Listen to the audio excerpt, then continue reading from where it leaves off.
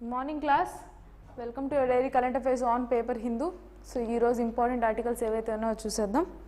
Right, so ee issue continuous ga jarugutune undi kada. Manipur issue, Manipur lo ethnic violence dani meeda protest jarugutunnai. So women have started protesting. What is this article? Over 13,000 detained in Manipur, more suspects identified in May 4th case. So ఆ మే 4th ఏవైతే ఆ issue జరిగిందో ఆ case మీద ఫర్దర్గా ఇంకా identify చేశారన్నమాట. ఎవరైతే అక్యూజ్డ్ ఉన్నారు ఏంటి విషయం అనేది ఐడెంటిఫై చేశారు. So that is about this article. We will see what they mention, ఎంతమందిని బుక్ చేశారన్నది. ఇది టోటల్ అంటే క్రైమ్ ఆస్పెక్ట్ పక్కన పెడితే సో అరెస్ట్ చేశారు వాళ్ళని, ఇంకా కొంతమందిని అరెస్ట్ చేయాల్సి ఉంది అన్నది ఈ ఆర్టికల్లో మెన్షన్ చేశారనమాట. So let's see. So 6 people including a minor arrested in the case so far. 12 to 14 suspects identified, police say. 290 bunkers destroyed. First goods train to Manipur leaves Gauti.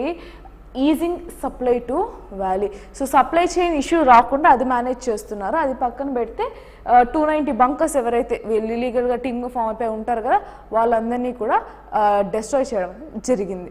Okay, so ఇక్కడ ఇంకొక issue ఏమొస్తుందంటే weaponisation. ఇది last ఆర్టికల్లో కూడా చూసాం. వాళ్ళు weapons police వాళ్ళ దగ్గర నుంచి ఆర్మరీ ఇవన్నీ డెస్ట్రాయ్ చేసి తీసుకుని వెళ్ళిపోయి రిటర్న్ చేయకుండా వాళ్ళు మొరాయిస్తున్నారు. So they have kept these particular weapons for themselves. So around like 4,000 weapons have been theft from the police station, and later on the returned were only around 1,900 and చూసాం. So 1,600 ఎంతో వాళ్ళు return చేశారు. So ఇంకా మిగిలినవి return చేయలేదు. So that they have mention in this article as well. So will go with the next one. Just update తెలుసుకుంటే చాలు మణిపూర్ ఇష్యూలో. ఫర్దర్గా ఇంక మళ్ళీ రియాక్ట్ కాలేదు కాబట్టి ప్రైమ్ మినిస్టర్ వీళ్ళు తరపున సో వాళ్ళు రియాక్ట్ అయినంత వరకు మనం వెయిట్ చేయాల్సిందే. Right, next article. Railways post Balasore plan to speed up the signalling revamp may take long years. So ఏంటి article? Balasore Orissa train accident మనకు తెలిసిందే కదా. So this the triple train accident. ఈ యొక్క డిజాస్టర్ని, ఈ యొక్క పర్టికులర్ యాక్సిడెంట్ని చూసుకొని ఫర్దర్గా సిగ్నలింగ్లో ఇష్యూ అని చెప్పి వాళ్ళు కనుగొన్నారు. సిగ్నలింగ్లో ఇష్యూ అనుకున్నప్పుడు ఆ సిగ్నలింగ్ ఇష్యూని ఎలా ఓవర్టేక్ చేయాలి, how to overcome this particular issue అన్నది వీళ్ళు చూసారు అనమాట. So they have identified that they have to convert the conventional signalling system to electronic signalling system.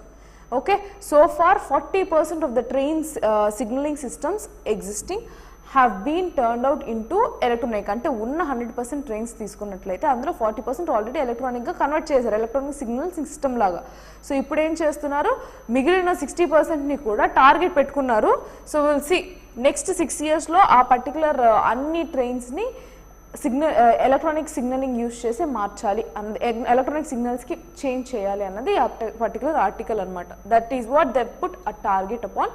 So we'll see the article. The multi-train collision in Balasore on June 2nd, allegedly caused by tampering the signaling equipment, may have led for the railways to think of speeding up the overhaul of signaling systems to all stations. So A stations అయితే ఉన్నాయో ప్రతి ఒక్క స్టేషన్ని ఇప్పటి వరకు 40% convert చేశారు conventional నుంచి electronic సిస్టమ్లా, signalling system లాగా. ఇప్పుడు ఉన్నవన్నీ కూడా 6 years లోపల అన్నింటినీ కన్వర్ట్ చేద్దాము అని టార్గెట్ పెట్టుకున్నారు. Of course this a very ambitious target because 40% మాత్రమే ఇప్పటి వరకు కన్వర్ట్ అయింది.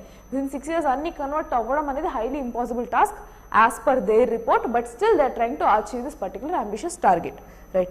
So the overall involves converting the system from conventional relay interlocking to electronic interlocking technologies, which is harder to tamper with. So దాన్ని మార్చలేము అనమాట, చాలా కష్టంగా దాన్ని tamper చేయొచ్చు. So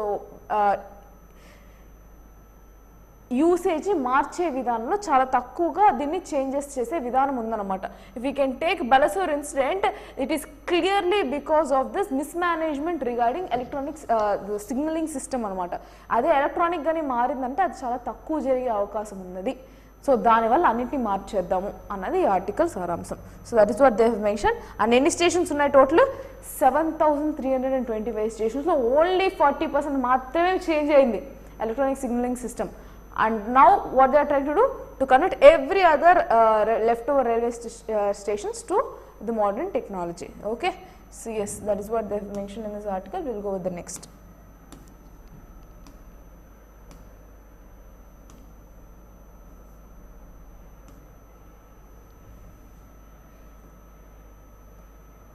So Amit Shah, mana home minister kada, union home minister, he has laid down stone for 108 feet Rama statue in Mantralayam. So Nandyal డిస్ట్రిక్ట్లో ఈ particular Mantralayam అనేది construct చేస్తున్నారు. దానికి ఈ స్టార్టింగ్ స్టోన్ అనేది పెడతారు కదా సెరిమనీ, ఆ స్టోన్ ఎవరు చేశారు have been laid by Union Home Minister Amit Shah. So he has laid down stone for this Rama Mandir Mantralayam in Nandyala district. Right.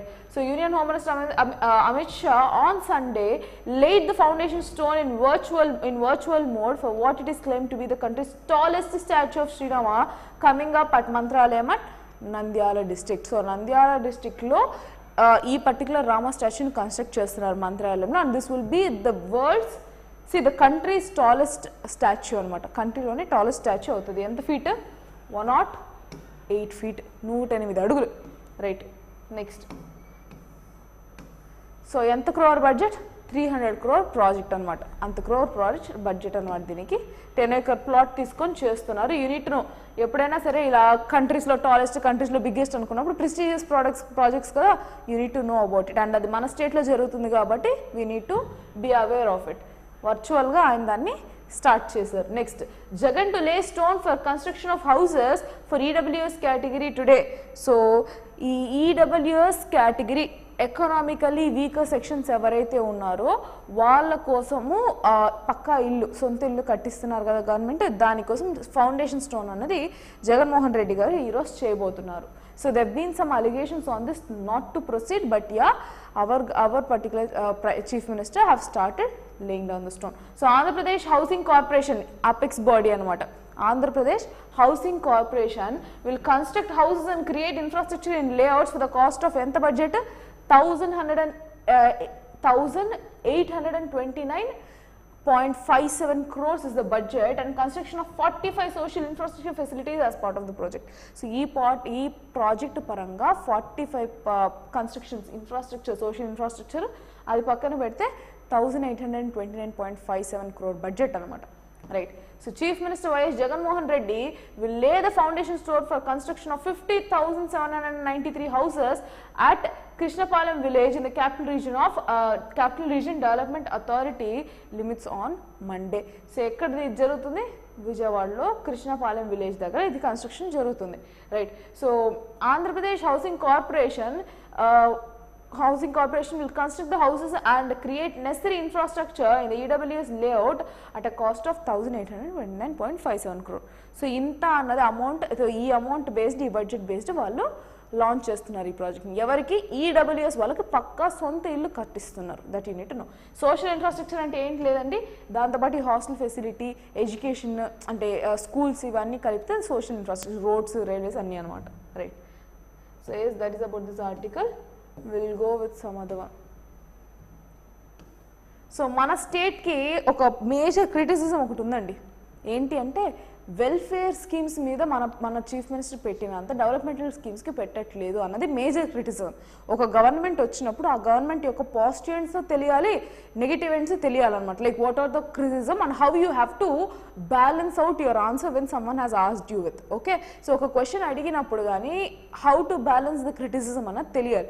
So if you can see this article will give you balance. So present ఉన్న గవర్నమెంట్కి ఒక criticism ఏంటంటే అప్పులు ఎక్కువ అయిపోయాయి, and that to the investments are less whereas subsidies are more అన్నది major criticism అనమాట existing government మీద.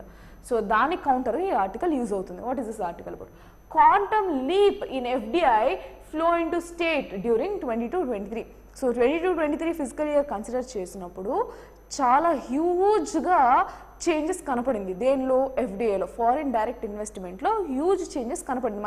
మన ఆంధ్రాకి వచ్చే ఈ ఫారిన్ ఇన్వెస్ట్మెంట్స్ పెరిగాయి అని చెప్తున్నారు. సో పాండమిక్ లెవెల్కి ఇప్పటికీ కంపారిజన్ చూపిస్తున్నారు అనమాట. We will see. So the FDI inflow into Andhra Pradesh has registered a quantum leap from $85.85 million. So 2020-21 second wave of pandemic, first wave of pandemic అప్పుడు $85 million నుంచి ఎంత పెరిగింది? 21-22కి $224.96 million, whereas 22-23 284. See, 85 నుంచి 284 వరకు పెరిగింది. You need to understand that huge inflow of FDI is prevalent in our particular state అనేది. Okay, this is what as per the Union Minister of State for Industry and Commerce Som Prakash. So ఆయన ఇచ్చిన report అనమాట. So Andhra Pradesh FDI inflow for the fiscal year FY 22-23 was an all-time high, and the dip in 2021 could be probably because of coronavirus pandemic. So Covid pandemic వల్ల తగ్గినప్పటికీ $85 million అయినప్పటికీ ఇప్పుడు present 22-23 physical ఇయర్లో చూసుకున్నట్లయితే it is around $284.22 million. Okay, so ఎప్పుడైతే foreign investments వస్తాయో, foreign investments యొక్క major సారాంశం ఏంటండి? ఇన్వెస్ట్మెంట్స్ అంటే అసెట్ క్రియేషన్ అని అర్థం అండి. సో అసెట్ క్రియేషన్ మీద ఎప్పుడైతే అది పెడుతున్నారో that is a good level of the particular state, economically ఆ స్టేట్ వెల్గానే ఉంది అని అర్థం. Okay, fine. So there you can use it. Next, state sees 27 deaths due to rabies in the last 18 months, says health department officials. ఇది important అండి. ఎందుకు important అంటే ఒక పర్టికులర్ స్టేట్ తీసుకున్నప్పుడు హెల్త్ బర్డెన్ ఏముంది, ఏం ఇష్యూస్ ఉన్నాయి. సో ర్యాబీస్ అంటే ఏంటంటే కుక్క కాటుక వల్ల వచ్చేది కదా ర్యాబీస్, దాని యొక్క డిసీజ్ మనకు స్ప్రెడ్ అవుతుంది. సో ఈ ర్యాబీస్ ఏవైతే ఉన్నాయో దానివల్ల 27 డెత్స్ అనేది మన స్టేట్లో జరిగిందంట. So will see this article. Andhra Pradesh has reported 27 deaths due to the rabies in the last 1.5 years according to health department. However, replying to a question posed in Lok Sabha on the fatalities caused due to rabies in year 2022, Union Home Minister of State for Health and Family Welfare Satyapal Singh Baghel said 269 deaths have been reported in the country and 29 of them from only Andhra Pradesh. 269 deaths rabies నుంచి జరిగితే అందులో 29 ఆంధ్రప్రదేశ్ నుంచి ఉన్నాయి. So ఈ కుక్కల వల్ల వచ్చే rabies చాలా ఎక్కువగా ఉంది మన స్టేట్లో అన్నది తెలుసుకోవాలి. సో డిసీజ్ బర్డన్ కన్సిడర్ చేసినప్పుడు ఈ కుక్కల బెడద కూడా మనం అర్థం చేసుకోవాలి. ర్యాబీస్ అనే ఒక డిసీజ్ కూడా దాని యొక్క ప్రాధాన్యత ఏముంది, అది డెత్ వరకు లీడ్ అవుతుంది అన్నది మనం అర్థం చేసుకోవాలన్నమాట. Okay, so officials of the state health and family welfare maintained it was only 15 deaths in 2022. The relevant data have been uploaded in the integrated health information portal. So first 15 అన్నప్పటికీ overall ఎంత ఉన్నాయి 29 deaths అనేది చోటు చేసుకోండి. Right, next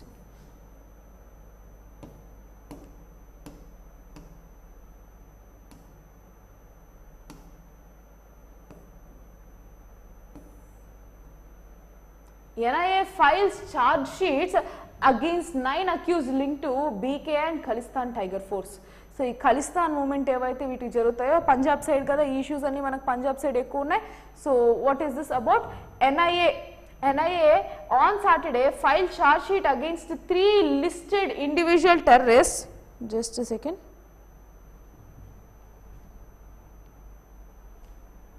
Fine. So NIA on Saturday filed charge sheet against the 3 listed individual terrorists and 6 other associated with the banned terror outfits Babar Khalsa International and Khalistan Tiger Force. So ఈ యొక్క ఈ forces ఈ యొక్క organisations యొక్క band terrorist ఎవరైతే ఉన్నారో వాళ్ళ మీద ఛార్జ్ షీట్ అన్నది ఫైల్ చేసింది ఎవరు? NIA. సో మన యొక్క ఇంటర్నల్ సెక్యూరిటీని ఎవరైతే థ్రెటన్ చేస్తున్నారో in the name of Khalistan movement, ఇది ఈ మధ్యలో స్పైక్ అయిందండి. లాస్ట్ 2 years 1 year వరకు కూడా ఖలిస్తాన్ మూమెంట్ అనేది డార్మెంట్ అయిపోయింది అని మనం తెలుసుకోవాల్సిన విషయం. So support for Khalistan have been greatly reduced అని చదువుకున్నాం. బట్ రీసెంట్లీ ఇక్కడ యూకేలో వెళ్ళి అక్కడ లండన్లో కూడా ఇష్యూ చేయడము అండ్ ఇక్కడ కూడా చేయడము అనేది మన ఇండియాలో కూడా రీవ్యాంప్ అవ్వడం అనేది గమనిస్తున్నాం. So you need to know what are the terror organisations and who were banned, ఎంతమంది మీద ఛార్జ్ షీట్ ఫైల్ అయిందని తెలుసుకోవాలి as part of your internal security. And this is most important for your UPSC too if you are opting for UPSC, right? So NIA on Saturday filed charge sheet against the 3 listed individual terrorists ముగ్గురు మీద and 6 other associated with.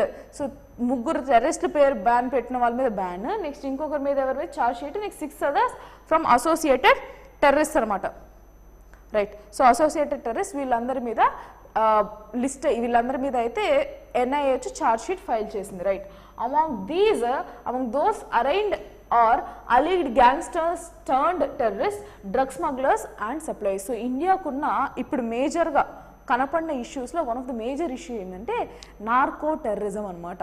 So వీళ్ళు ఈ drugs mafia వాళ్ళు, trafficking వాళ్ళు కూడా terrorist మోటోతో వాళ్ళు India యొక్క ఇష్యూస్ని లేదా ఇండియాని డిస్టర్బ్ చేయడం, ఇండియా యొక్క పీస్ ఫ్యాబ్రిక్ని డిస్టర్బ్ చేసే organisations. So terrorist basically, and they are also known for drug trafficking. And in the case of Khalistan, వీళ్ళ మోటో వచ్చి ఖలిస్తాన్ సపరేట్ ఒక కంట్రీ, పంజాబ్ నుంచి ఒక సపరేట్ కంట్రీ చేసుకుందాం, we should not be part of India అన్నది వీళ్ళ Moto.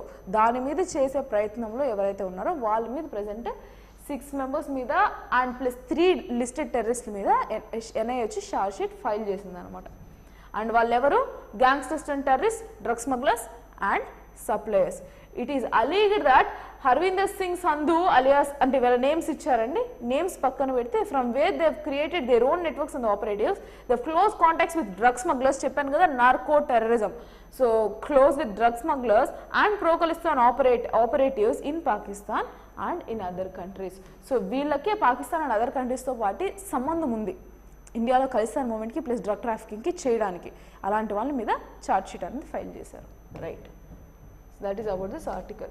Next, Simpal based COCOMI writes to European Parliament on its Manipur resolution. So Manipur issue అన్నది మనం కాన్స్టెంట్ గా చూస్తున్నాం. దాని చిన్న అప్డేట్ ఇంకొకటి ఏంటి అంటే, లాస్ట్ టైం మనం ఒక ఆర్టికల్ చూసుకున్నాం, యూరోపియన్ పార్లమెంట్ లో ఒక రెజల్యూషన్ పాస్ చేశారు to look into this particular matter of Manipur issue, ethnic violence మేము హ్యాండిల్ చేస్తాం, like we will also be part of it to resolve and to ensure peace in this particular area అని European Parliament చెప్పింది.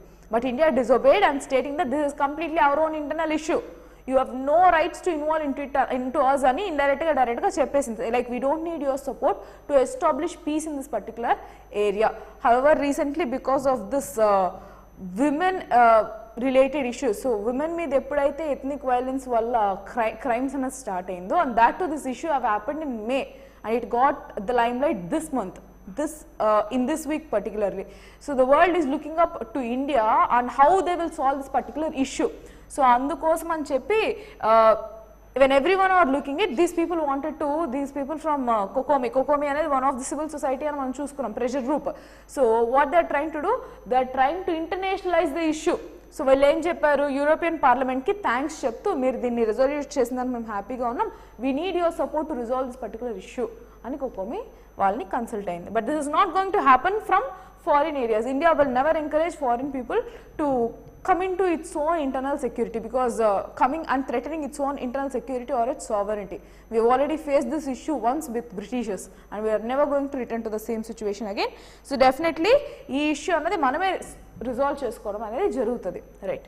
So an umbrella body of Impal Valley based civil society organization, cheppa kada idoka civil society organization and also a pressure group, has asked the European Parliament not to let Manipur become the new global triangle of drug trade by projecting the violence between what is called immigrant Chinkuki narco terrorists and indigenous mighty people in the state as a religious conflict. So వీళ్ళు ఏం చెప్తున్నారంటే, ఇది ఒక religious conflict గాను వదిలేయకుండా, plus ఏవైతే narco terrorist ఏవైతే జరుగుతున్నాయో దాని గురించి మీరు దీన్ని డ్రగ్ ట్రయాంగిల్ గా పోర్ట్రే చేయకండి, don't leave this to become in to that particular situation. So drugs, ethnic violence ఇలా అన్ని, అండ్ ఈ migrant crisis, so migrant crisis, then narco terrorist ఈ యాంగిల్, నెక్స్ట్ తీసుకున్నట్లయితే రిలీజియస్ కాన్ఫ్లిక్ట్, ఇవన్నీ ఈ గోల్డెన్ ట్రయాంగిల్గా మా ఒక ప్లేస్ని వదలకండి, ప్లీజ్ హెల్ప్ అస్ అవుట్ అని చెప్పి వీళ్ళు అడిగారు అనమాట. So in a letter to Roberta మెట్సోలా, the president of European parliament on Sunday, the coordinator committee of Manipur integrity COCOMI rejected the opinion of the members of EU and said that it was derived from a web of lies fed by vested interest groups. COCOMI lauded the European Parliament for passing first ever resolution on Parliament. However, it is regrettable to note that the core issue of narco terrorism, which is fueling the conflict, seems to have been omitted from the resolution you have adopted. Your resolutions were guided by a wrong and misleading perspective, which made you arrive at a flawed understanding about the issue of Manipur as a conflict between Christian minority and majority mighty Hindu. So వీళ్ళు ఏం చెప్పొచ్చారంటే, మనం ఆ article చూసినప్పుడు, if you would have remembered, European Parliament ఒక resolution pass చేసింది. నేను article చూసినప్పుడు, the European Parliament have return or have told the government that please take care of the Christians. So మీరు క్రిస్టియన్స్ మీద వైలెన్స్ చేస్తున్నారు అన్నట్టుగా European Parliament చెప్పింది అనమాట. But actually what is the issue, వాళ్ళు అల్లాడుతున్నారు. So it is between the ethnic clashes of Meitei versus Kuki and Nagas. So Naga కూడా పెద్దగా ఇన్వాల్వ్మెంట్ కాదు, కూకీస్ వర్సెస్ మైటీస్ అని చెప్పొచ్చు. సో ఆ ఇష్యూని మీరు క్రిస్టియన్ వర్సెస్ ఇది రిలీజియస్ గ్రూప్ అని చేస్తున్నారు, మీరు అండర్స్టాండ్ చేసుకున్న పర్స్పెక్టివ్ వేరు, but still you have highlighted the issue, that is very good of you, but still you need to understand it in a very good way. It is not against the Christians, but it is the ethnical clashes which we have between us. So మీరు ప్రాపర్గా అర్థం చేసుకొని do the necessary things which you can do from your end అని చెప్పి కోకోమి చెప్పిందనమాట. So yeah, that is what they clearly mention here. There is no religious angle in this particular violence. So వీళ్ళు ఏం చెప్పారంటే మీరు ఉన్న ఇష్యూని 3 ట్రయాంగిల్గా, ఒకటి వచ్చి డ్రగ్ ఆర్ నార్కో ట్రాఫికింగ్, అదొకటి. నెక్స్ట్ రిలీజియస్ ఆస్పెక్ట్, వీళ్ళు ఏం చెప్పారు, యూరోపియన్ వాళ్ళు ఇది క్రిస్టియన్ వర్సెస్ అక్కడున్న ట్రైబ్స్ అన్నట్టు మాట్లాడింది, but this is not the case of any religious ethnic clashes. And immigrant crisis, వీళ్ళు ఏం చెప్పారు, మనం ఆల్రెడీ చూసినట్లయితే almost like 56,000 people crisis, 56,000 plus people have been migrated internally to different other states, nearby states ki migrate అయిపోయారన్నమాట. So వీళ్ళు ఏం చెప్పడం అంటే కోకోమి వాళ్ళు, మీరు దీన్ని గోల్డెన్ ట్రయాంగిల్ ఒక ట్రయాంగిల్ హబ్గా క్రియేట్ చేస్తున్నారు మణిపూర్ని, but that is not the issue. ఈ ఇష్యూ లేదు. అండ్ డ్రగ్ ట్రాఫికింగ్ ఆల్రెడీ ఉన్నప్పటికీ, but this is also under much control. Main issue is with the ethnic clashes, but not something related to the religious aspect అని చెప్పింది అనమాట. Right. So that is about this article. Next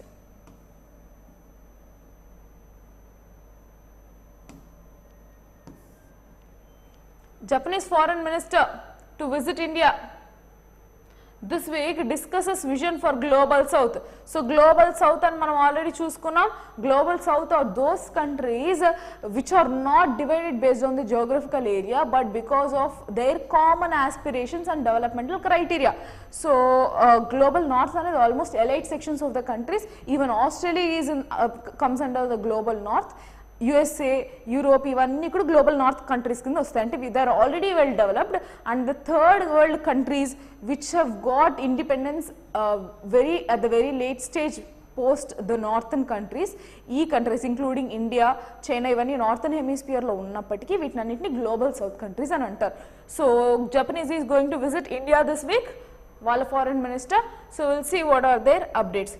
Japanese foreign minister Yoshima Hayashi will visit India later this week as part of six nation tour in Asia and Africa, where he plans to focus on Japan's cooperation with Global South and Indo-Pacific policy unveiled by Japanese Prime Minister Fumio Kishida during the visit in March. So వీళ్ళు ఏం చేస్తున్నారు, global south కంట్రీస్ని integrate చేసుకుంటూ పోతున్నారు Japanese. Okay, so Hayashi, who also traveled to Delhi earlier to attend the Quad Foreign Ministers meeting, is expected to hold meetings with Prime Minister Narendra Modi and External Affairs Minister Mr. Jaishankar, business and academic delegations. So he will discuss the bilateral ties as well as continue efforts in coordination priorities of Japanese presidency of G7 with India's presidency of G20. So వీళ్ళు ఏం చేస్తున్నారు, ఎలా అయితే India G20 presidency అవుతుందో is there, in the same way Japanese is a presidency for G7. So coordination కావాలి. ఇంకొక విషయం ఏంటంటే గ్లోబల్ సౌత్ కంట్రీస్ యొక్క ఇంటిగ్రేషన్ ఎందుకు కావాలి జపనీస్ కంటే, now the growing footprint of China, ఇది క్లియర్ కట్ వాళ్ళకు కూడా ఇష్యూనే జపనీస్ వాళ్ళకి. So in order to counter this they wanted to establish Indo Pacific security, maritime security అనేది వాళ్ళకు కూడా important. That is why they are focusing on the global south countries with the main aim to target India and also with other countries, మిగిలిన అన్ని countries including చైనాతో positive relations establish చేయడానికి. So in addition the government of Japan intends to further strengthen relations with other countries of Southwest Asia, Africa towards realization of free and open Indo-Pacific. చెప్పాను కదా, Indo-Pacific రీజియన్లో free and open to establish peaceful maritime trade అన్నది వీళ్ళ ఇంకొక policy. So we'd like to hold discussions with these countries from this perspective. ఎవరెవరిని, West Asian countries, South West Asian కంట్రీస్ని, African కంట్రీస్ని cover చేస్తున్నారు. Okay, so Indo-Pacific policy addresses Ms. Kishida in Delhi. He had emphasized a special focus on South Asia, including Sri Lanka's debt restructuring process in a fair and transparent manner, as well touting Japanese cooperation with India and Bangladesh for the Bay of Bengal Northeast India industrial value chain concept. ఏం చేస్తున్నారు వీళ్ళు, north east India, మన India దగ్గర నుంచి తర్వాత బంగ్లాదేశ్, తర్వాత అటు నుంచి జపాన్ వరకు, they wanted to establish one particular chain, industrial value chain. I already told you the main motive behind this is trade. So industrial chain అన్నది ఎస్టాబ్లిష్ చేయడానికి వీళ్ళు ట్రై చేస్తున్నారు. right? So Mr. Hayashi's visit in India to India, Sri Lanka, Maldives is expected to focus on developmental initiatives undertaken by Japan in the region. His visit to Africa will look at projects which are under consideration, while his visit to South Africa, which comes a month before the BRICS Summit Emerging Economies there, is expected to see significant announcements. So వీళ్ళు ఏం చేస్తున్నారు, ఆఫ్రికాని, Egypt, ఆఫ్రికాలోని Egypt ఇట్లాంటి different కంట్రీస్ని, then మన ఇండియాని, ఇలా South West Asia, South East Asian countries, African కంట్రీస్ని పాజిటివ్ రిలేషన్స్లో పెట్టుకోవడానికి ట్రై చేస్తున్నారు. Why? Obviously to counter China, industries develop చేసుకోవడానికి. రైట్, నెక్స్ట్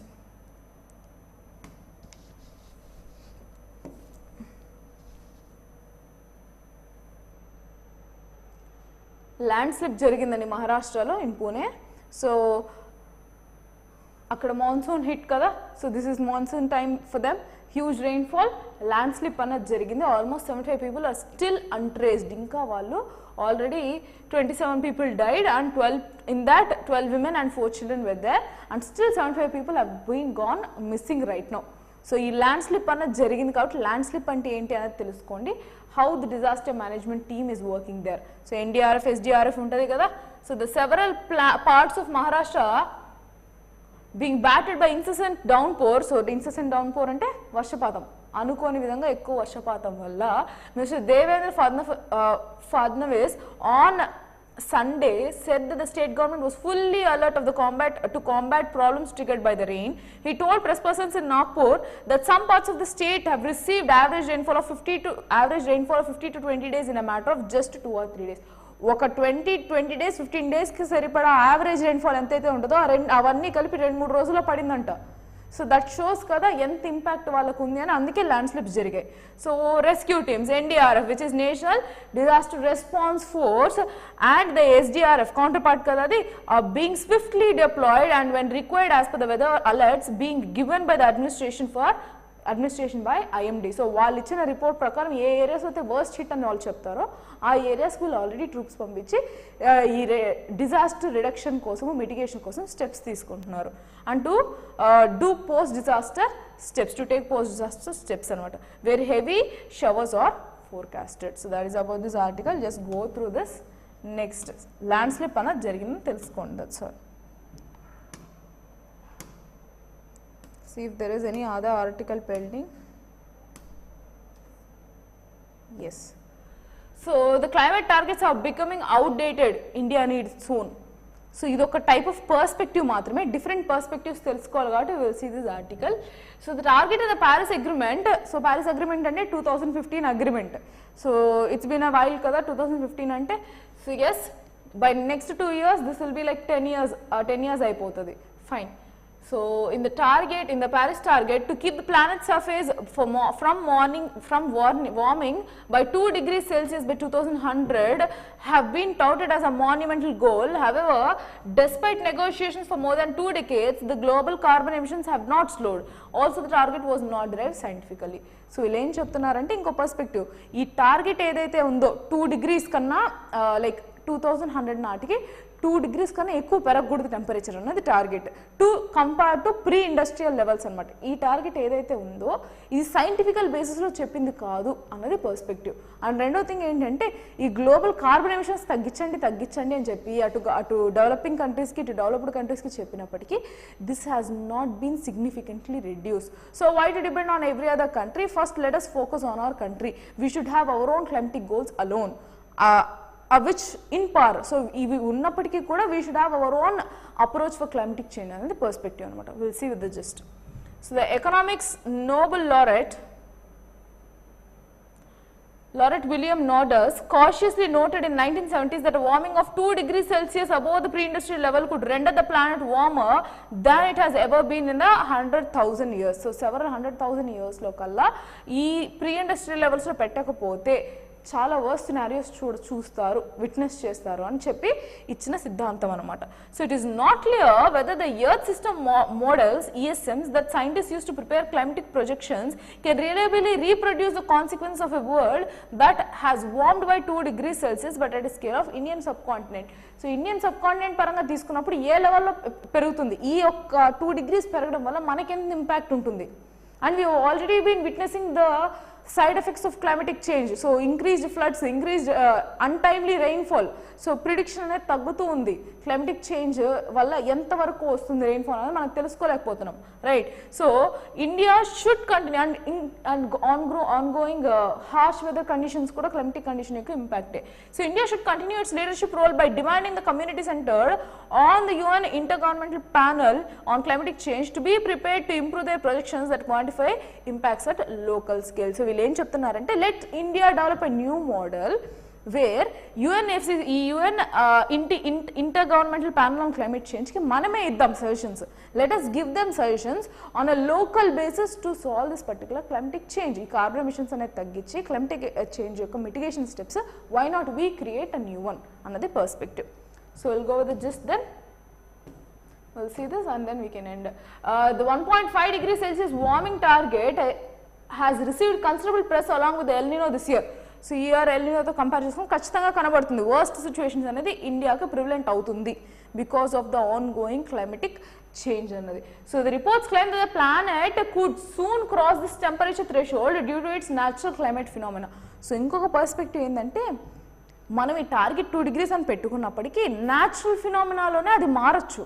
ఈ గ్రోయింగ్ క్లైమాటిక్ చేంజ్ ఈ 2 degrees టార్గెట్ ఏవైతే పెట్టుకున్నామో న్యాచురల్ ఫినామినా కూడా ఇది జరగచ్చు. సో సైంటిఫికల్ బేసిస్ దీనికి లేనప్పుడు how can we completely rely on that? So but even if the world's average temperature warms for more than 1.5 degrees Celsius over a year, nothing dramatically different may happen other than the heat waves, floods, droughts and similar events that are already happening. So ఇలా ఏం చెప్తున్నారంటే మీరు పెట్టుకున్న ambitious target 2 degrees Celsius అని పెట్టుకున్నప్పటికీ సంవత్సరంలో 1.5 degrees, so వీళ్ళు అనుకున్న for year 1.5 degrees Celsius పెరిగినప్పటికీ nothing worst would be seen newer. ఆల్రెడీ మనం అబ్జర్వ్ చేస్తాం, ఇంతకు మించి కొత్తగా అయితే ఏవి కనపడవు. మరి అలాంటప్పుడు why to follow this particular target and why when no particular person is completely abiding by this particular target, then how can we alone struggle to implement this particular target? Let us develop our own. So humankind might do well with less hyperbole about the climate crisis.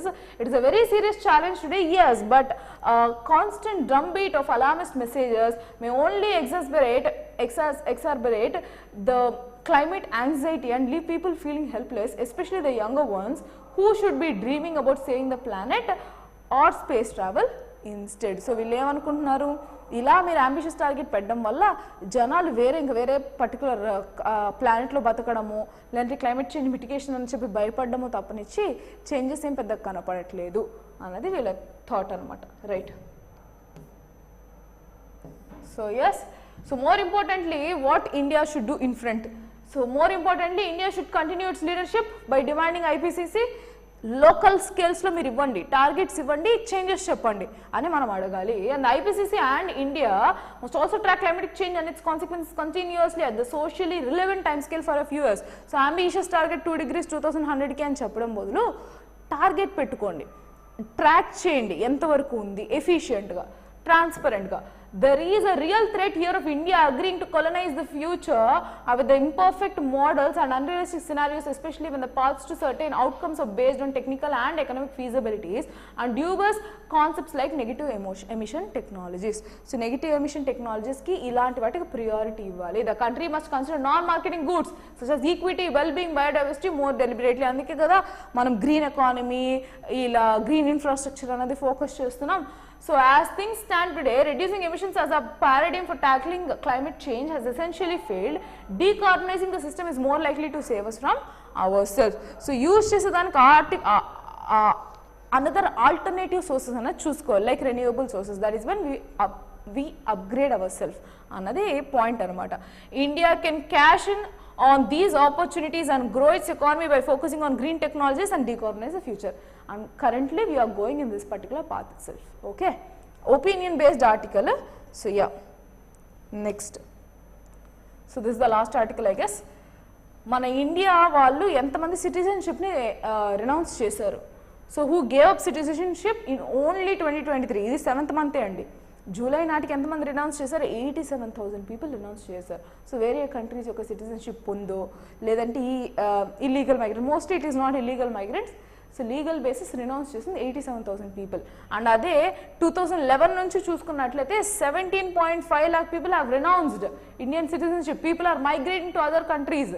So మన యొక్క technology, మన యొక్క social infrastructure ఇవన్నీ use చేసుకొని, ఇక్కడ technology buildup చేసుకొని, ఇక్కడ వాళ్ళ నాలెడ్జ్ని బిల్డ్ చేసుకొని వేరే కంట్రీస్కి వెళ్ళి ఇక్కడ రినౌన్స్ చేస్తున్నారని అర్థం చేసుకోవాలి. It is not something which we object, it is not something which we oppose, but you need to understand that the level of investment the country is doing and how the people are migrating to some other countries in search of opportunities. So how and why not we produce, or why not we give them proper opportunities in the country another point of question, right? So that our number another important. So apart from that there is nothing more for us to discuss. So that's it for today. We'll meet again in tomorrow's current affairs. Thank you.